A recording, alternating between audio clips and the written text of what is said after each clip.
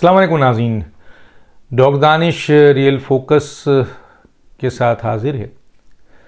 जब एक शख्स तकब्बुर की आखिरी हद को और शिर्क की आखिरी हद को छू रहा हो तो फिर अल्लाह ताला की पकड़ आती है।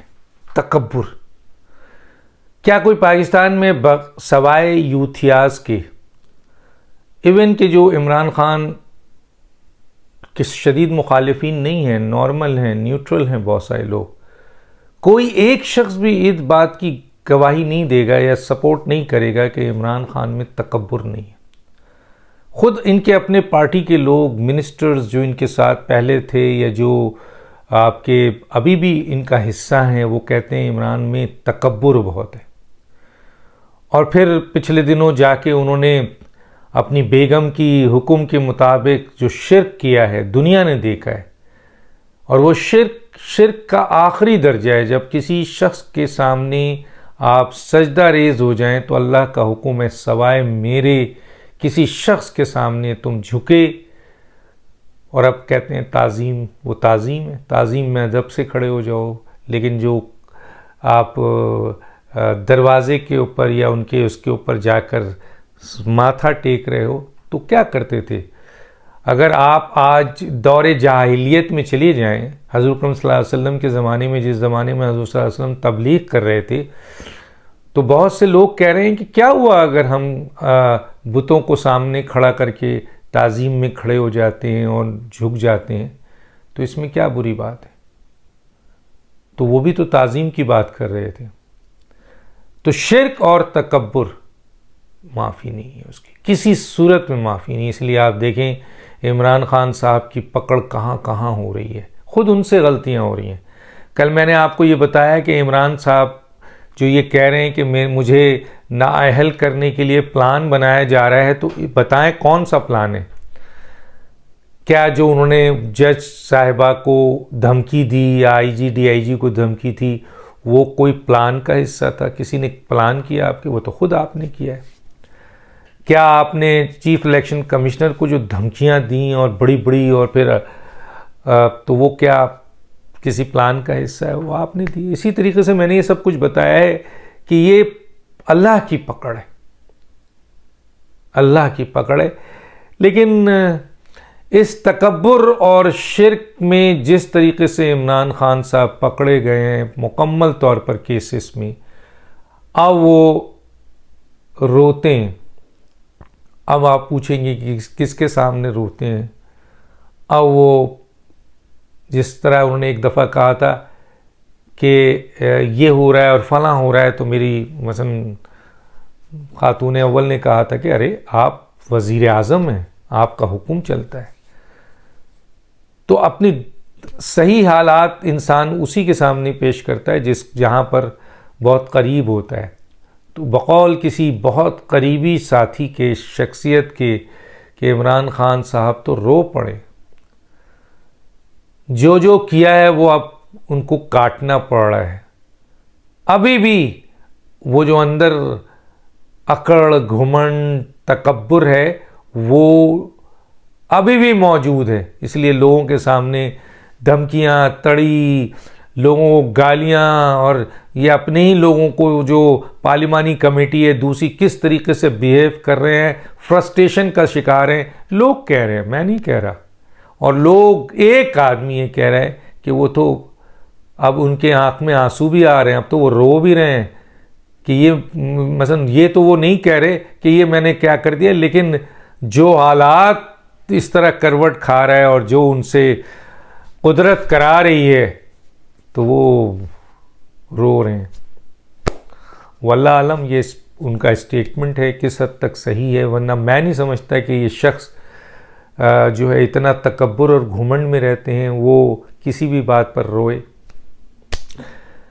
दूसरी इम्पॉर्टेंट बात यह है कि जनाब एक बड़ी खुफिया मुलाकात भी हुई है 2 आदमियों से, और एक ऑफिसर्स है और एक साबिक ऑफिसर है किसी जगह का, किसी इदारे का। बड़ी खुफिया मुलाकात हुई है और कुछ साजिश के सिलसिले में बातचीत हुई है। आप सुन रहे होंगे कि फवाद चौधरी और दूसरे लोग कह रहे हैं 10 सितंबर तक ये हुकूमत ख़त्म हो जाएगी, 10 सितंबर तक, और भी चंद बातें कर रहे हैं। मैं नहीं चाहता कि मैं सोशल मीडिया में उस कम ज़रफ़ी वाली बात को यहाँ दोहराऊँ, लेकिन वो ये स्टेटमेंट दे रहे हैं कि 10 सितंबर तक ये हुकूमत ख़त्म हो जाएगी। ये देख ये नहीं रहे हैं कि जी सितंबर का महीना इनकी पार्टी के लिए और इनकी क़ायद के लिए कितना मुश्किल हो गया है कि अब 31 अगस्त को बुला लिया है आपके सुप्रीम कोर्ट ने, ये हाई कोर्ट इस्लामाबाद ने, लार्जर बेंच ने, कि जी बचाते खुद आप हाजिर हों, आपको शोकाज दिया गया है कि क्यों ना आपके ऊपर तौहीन अदालत का केस चलाया जाए। 6 महीने की सज़ा, तायात नाअहली, नहीं तो 5 साल तो नाअहली पक्की है। अब और माजी में भी हुआ है, आपको पता है कि 2 मिनट की सज़ा दी गई यूसुफ रज़ा गिलानी को, लेकिन नाअहल हो गए। इमरान खान अगर माफ़ी भी मांगेंगे, अहम तरीन लॉयर जो कानून जानते हैं, कॉन्स्टिट्यूशन जानते हैं, उन्होंने कहा इस तरीके का उनका, और पहले भी एक दफ़ा माफ़ी मांग चुके, तो एक दफ़ा जो माफ़ी मांग कर दोबारा वही अमल करे और उससे भी ज़्यादा आपके सख्त अमल करे और उससे भी ज़्यादा तौहीन वाला अमल करे, तो फिर कौन सी अदालत जो है उनको माफ़ करेगी। ये माफ़ी मांगते रहें, लेकिन इस दफ़ा जो इन्होंने नाम लेकर एक खातून जज का धमकी दी है, उसके बाद ये जितनी भी माफ़ी मांगे, शायद सज़ा 6 महीने ना हो, 2 दिन हो जाए, 3 दिन हो जाए, लेकिन इसमें कोई शक नहीं है कि इस शोकास की सज़ा मुतय्यन है जो मिलेगी इनको। फैसला क्या आता है वो तो अल्लाह को पता है, लेकिन जो कंडीशन है वो मैं आपको बता रहा हूँ। तो आप खुफिया मुलाकात कर रहे हैं, खुफिया मुलाकात करके आप फ़ौज के ख़िलाफ़ साजिश करना चाहते हैं, या हुकूमत के ख़िलाफ़, या मुल्क के ख़िलाफ़, जिसके ख़िलाफ़ भी आप साजिश करना चाह रहे हैं, जब आप यहाँ तक बात बाहर आ सकती है कि आप खुफिया मुलाकात करके साजिश कर रहे हैं, मैं यहाँ कोड नहीं करना चाहता नाम, जिन साहब ने बताया या जिन्होंने मुलाकात की और जो बड़ी सीक्रेट मुलाकात थी, आप कुछ भी कर लें। आपके लोग 10 सितंबर की बात कर रहे हैं, मैं तो कह रहा हूँ 1 सितंबर 31 को तो बुलाया है आपको पर्सनली बुलाया है। इलेक्शन कमीशन में तौहीन अदालत आपका केस चल रहा है, तोशा खाना ने 30 तारीख को आपको बुला रखा है, 1 हफ्ते का टाइम दिया है आपको तौहीन अदालत इलेक्शन कमीशन ने, तो तोशा खाना ने टाइम दिया है। तो उस सूरत हाल में आप तो पूरी तरह जकड़े हुए हैं। अभी तो बगावत के केस में मैं बात ही नहीं कर रहा, जो ऑलरेडी इस्टेब्लिश हो चुका है कि जी इन तमाम चीज़ों के पीछे मेन मास्टरमाइंड इमरान खान। तो कैसे बचेंगे? तो फिर और किसी ने सही कहा कि जी इमरान खान गए तो पीटीआई गई, बैन करने की भी ज़रूरत नहीं है, क्योंकि जितने भी फॉलोअर हैं वो क्या शाहमद कुरैशी को वोट देंगे, परवेज़ खटक को वोट देंगे, या आपके असद उमर को वोट देंगे अगर इमरान खान पीटीआई से चले जाएं? हाँ, एक छोटा सा ग्रुप रहेगा, लेकिन इमरान खान गए तो पीटीआई वैसे ही ख़त्म हो जाती। और इमरान खान खुद दरवाज़ा खोल के उस कुएं में कूदने के लिए तैयार हैं, क्योंकि उन्होंने काम ही ऐसा किया है। वो तो वक्त और हुकूमत और अदालतों ने या इलेक्शन कमीशन ने अभी चीज़ें फाइनल नहीं की है, वरना तो धड़ाम से दरवाज़ा खुले और वो गिर जाएं, क्योंकि उन्होंने सारा काम तो कर दिया है। तो इसलिए खुफिया मुलाकात करें, साजिश करें, कुछ भी करें। मैं अगले व्लॉग में आपको दिखाऊंगा कि वही मेजर जो इंडिया का, उसने क्या बात कही है। दुश्मन है, लेकिन दुश्मन का भी एक लेवल होता है। नफरत है होगा वो उसको पाकिस्तान से या पाकिस्तानी फ़ौज से, जाहिर है वो फ़ौजी है, लेकिन एक कैरेक्टर है जिसके ऊपर वो बात कर रहा है। मैं अगले व्लॉग में उससे ज़रूर आपको सुनाऊंगा, दिखाऊंगा। अब जो सूरत हाल है वो ये है, कंडीशंस आपके सामने हैं। इमरान खान साहब माफ़ी मांगें, इमरान खान साहब सॉरी करें, इमरान खान जो हैं वो रोएं, कुछ भी करें, बहुत देर हो गई है। शहबाज गिल साहब पकड़े गए हैं, उनकी तमाम चीज़ें बरामद हो रही हैं। अभी 48 घंटे में बहुत वक्त है, बहुत सी और चीज़ें बरामद हो जाएंगी। बहुत सी चीज़ें वो ओन नहीं कर रहे हैं, अपने कमरे से निकले हुए सैटेलाइट फ़ोन है, तो पिस्टल है, तो क्या है, और केसेस हैं। लेकिन बहरहाल ये तमाम चीज़ें अपनी जगह। लेकिन एक बात बता दूं कि शहबाज गिल का एजेंडा बैनुल-अक़वामी मुल्क दुश्मन एजेंडा था, और जब से वो पाकिस्तान आए हैं, उन्होंने जब मुल्क दुश्मन एजेंडे के हिसाब से पाकिस्तान की मीडिया में बैठकर काम करना शुरू किया, तो सबसे ज़्यादा करीब आदमी हो गए इमरान खान के, जिन्होंने चीफ ऑफ स्टाफ रख दिया। शहबाज गिल ये कहते हैं कि जी इमरान खान फौज के सख्त खिलाफ हैं।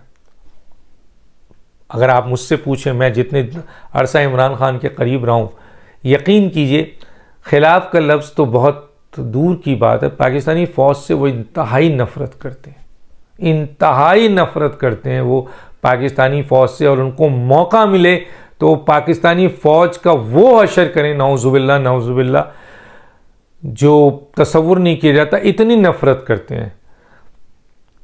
ये बातें उन्होंने एज ए अपोजिशन लीडर तो कही हुई हैं, लेकिन जब हम उनके करीब होते थे और हम सुनते थे, तो हमें अंदाज़ा होता था कि इसी आखिरी मराहिल पे जब अपोजिशंस में, तो हम शायद समझते थे कि जी ये अपोजिशंस में हैं तो इनका माइंड है। लेकिन जब हुकूमत में आए ये, और फिर ये हुकूमत में भी इनके ऑफ द रिकॉर्ड स्टेटमेंट यही थे, माइंडसेट उनका चेंज नहीं हुआ था, जिसके बाद हमारी और उनके अंदर डिफरेंसेस पैदा होने लगे बहुत ज़्यादा। और फिर खुलकर उन्होंने जो काम किया वो पाकिस्तान के मफाद में नहीं था, तो फिर ये बढ़ता रहा डिफरेंसेस। तो इमरान खान साहब का एजेंडा, शहबाज गिल का एजेंडा पाकिस्तानी फ़ौज को कमज़ोर और तकसीम करना है। आज भी फवाद चौधरी और अब जो 3 आदमी गिरफ्तारी के बिल्कुल करीब हैं, उनमें अली अमीन गंडापुर हैं, शेख रशीद है, फवाद चौधरी है। ये तीनों बहुत करीब हैं अपनी गिरफ्तारी के।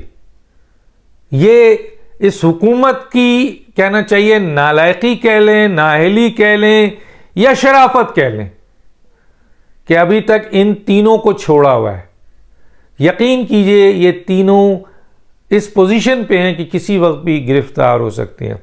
और फवाद चौधरी पे भी, इमरान खान के ऊपर भी और शहबाज गिल के ऊपर भी फौजी अदालत में मुकदमा चल सकता है, याद रखिए। तो अब क्या ऐसी कोशिश करेंगे जो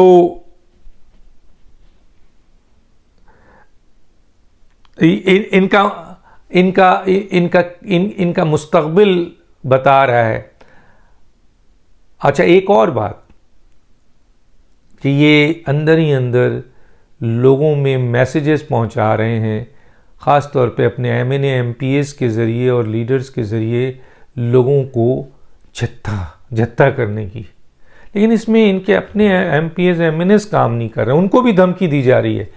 इशारतन कहा जा रहा है कि जो काम आपको दिया गया वो आप करें। लेकिन इस मुल्क में बहुत सारे MNA MPA PTI के ऐसे हैं जो मुहिब वतन हैं, जो आर्मी से क्लैश नहीं चाहते।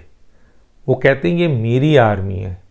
हैं ऐसे लोग, तो वो कैसे इमरान खान की, ठीक है वो MP हैं, इस वक्त रूल ऐसा है, कानून ऐसा है, MNA हैं कि इमरान खान के साथ ज़रूर खड़े हैं, लेकिन अगर किसी वक्त फाइनल डिसीजन का वक्त आया तो यकीनन ये सारे लोग अपनी फ़ौज के साथ, अपने मुल्क के साथ खड़े होंगे। इमरान खान और ये कचरा और लूटे और पैराशूटर मफाद परस्त टोला, ये अलग होगा। तो बहुत जल्द ये जितनी भी साजिशें हैं, ये जितनी भी चीज़ें हैं, जितनी भी मुलाकातें हैं, जितना भी कुछ है, वो एक्सपोज हो जाएगा। देखते हैं सितंबर के महीने में जो दावा किया जा रहा है कि ये हुकूमत गिरा देंगे, और वो साजिश का हिस्सा है जिसकी मुलाकात का मैंने ज़िक्र किया, इमरान खान और 2 शख्सियात की। क्या वो इतनी हैसियत रखते हैं? यकीनन इमरान खान लॉलीपॉप लेकर समझ रहे हैं कि मिसाइल मेरे पास आ गया है तो उनकी गलती है। तो दानिश को याद दीजिए। अल्लाह हाफिज़।